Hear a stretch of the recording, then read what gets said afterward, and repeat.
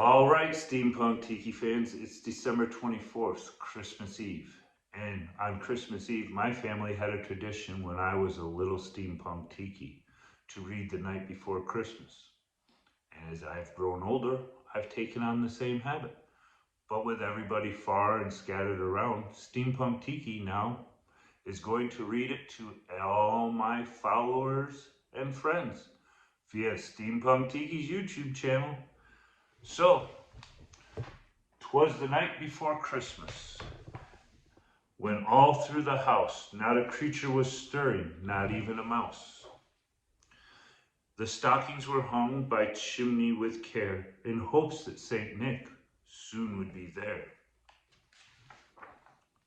The children were nestled all snug in their beds, with visions of sugar plums danced in their heads. Mamma in her kerchief and I in my cap had just settled down for a long winter's nap. When out on the lawn there arose such clatter, I sprang from my bed to see what was the matter. Away to the window I flew like a flash, tore open the shutters and threw up the sash. The moon on the breast of the new fallen snow gave a luster of midday to objects below. When what to my wandering eyes should appear but a miniature sleigh and 8 tiny reindeer, with a little old driver so lively and quick, I knew in a moment it must be Saint Nick. More rapid than eagles, his course they had came, and he whistled and shouted and called them by name. Now Dasher, now Dancer, now Prancer and Vixen, on Comet, on Cupid, on Donner and Blitzen. Where's Rudolph in all this? To the top of the porch, to the top of the wall, now dash away, dash away, dash away all.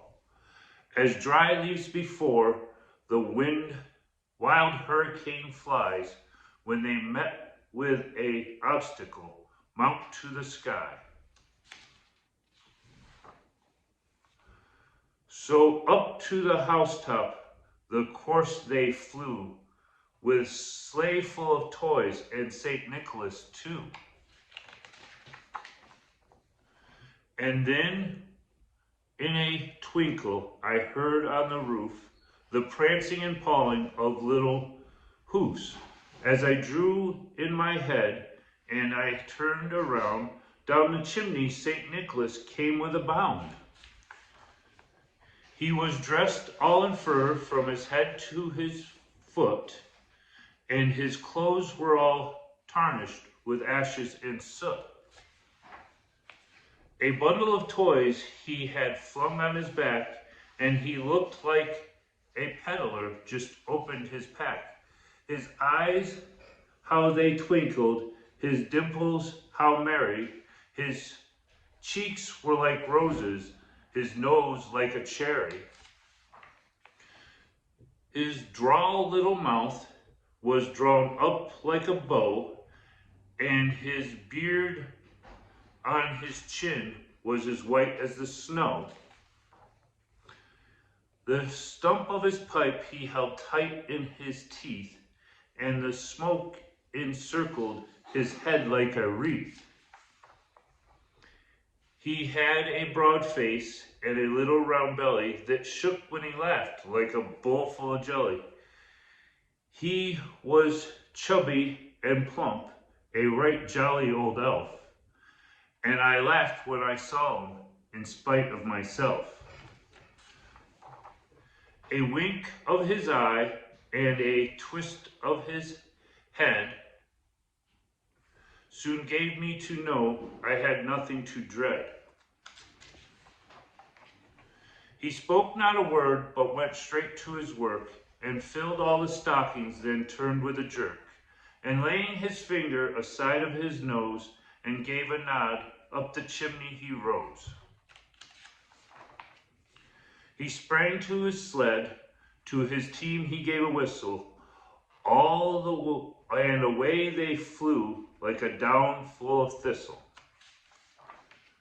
But I heard him exclaim as he drove out of sight, "Merry Christmas to all, and to all a good night." So, this being Christmas Eve, I figured it'd be a proper story to read you. 'Twas the night before Christmas. Hopefully you enjoyed it, and you all enjoy tomorrow, which is Christmas Day, and everybody gets what they wish for. For me, Steampunk Tiki, and my family, I hopefully all have a Merry Christmas and a Happy New Year. I'm out of here.